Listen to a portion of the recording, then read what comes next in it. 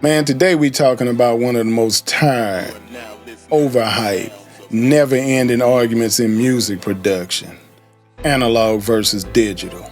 You've seen it, you've heard it, you've probably been dragged into it. Analog is warmer, digital is cleaner, hybrid is the best of both worlds. But here's the question nobody wants to ask out loud. If analog is so superior, if digital is so perfect, if hybrid is the magic answer, why can't most people actually hear the difference? And I'm not talking about producers staring at waveforms with $3,000 monitors in a treated room. I'm talking about real people. The people listening in their car. The people listening through AirPods. The people streaming your song in their phone. They don't care. They can't tell. And even a lot of professionals, they can't reliably tell either, especially in a blind test. So today, we gonna break down this whole thing and get real about what actually matters in your studio. And spoiler alert, it ain't what you think. Let's start with the big one, analog versus digital. Analog has this mythical status. People talk about it like it's some kind of musical, spiritual experience. You just feel it. It's alive. It has soul. Okay, cool. But here's what's funny.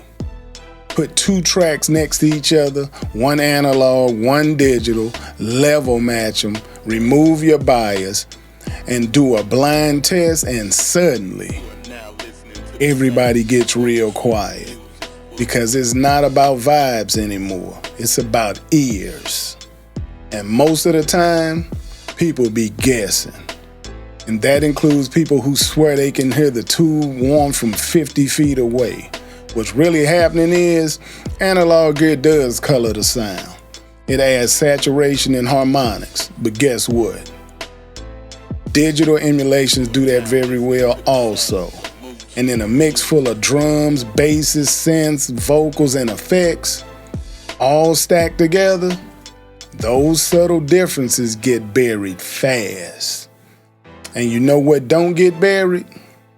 Bad arrangement, weak drum selection, muddy mixes, and boring ideas. You can run a trash song through the most expensive analog chain on earth, and it's still a trash song. Meanwhile, somebody else is making a hit on a laptop with stock plugins. So what does that tell you? The tools is not really the magic. You are.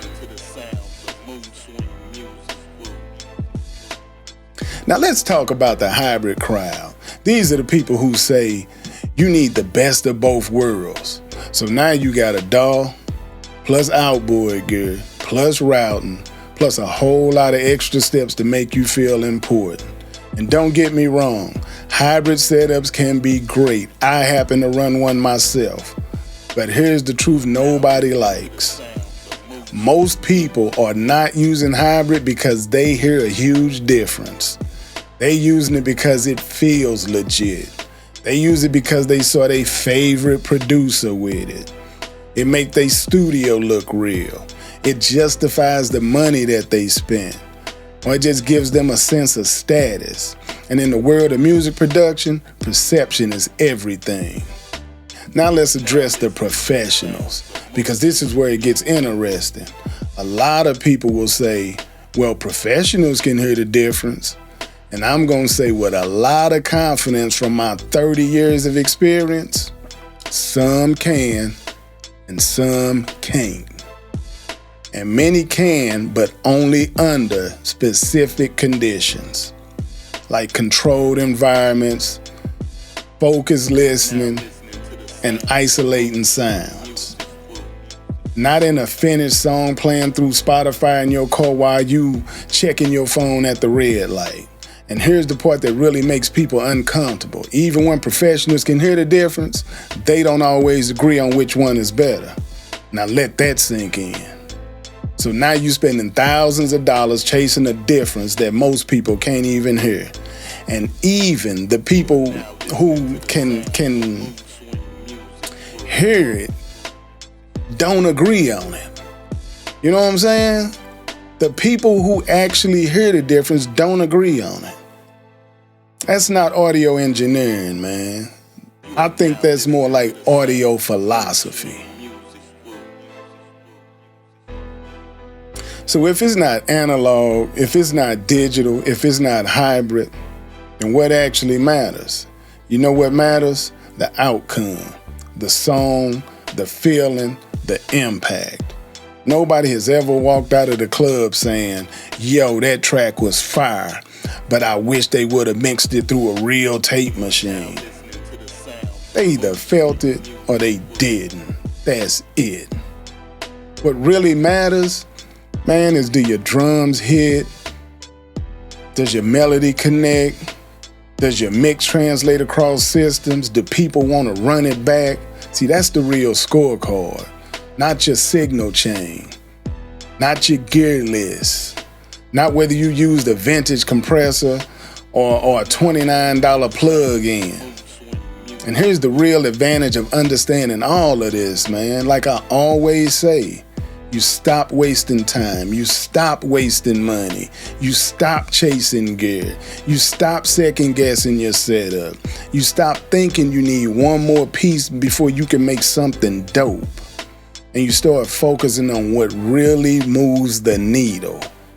You start focusing on skill, taste, consistency, and execution.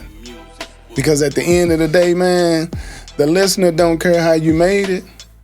They care how it makes them feel. So whether you're all analog, all digital, or somewhere in between, if your music hits, it hits. If it doesn't, no amount of gear is gonna save you. So stop asking, what should I use? Start asking, what can I create? Because the producers who win aren't the ones with the best setup. They the ones with the best results.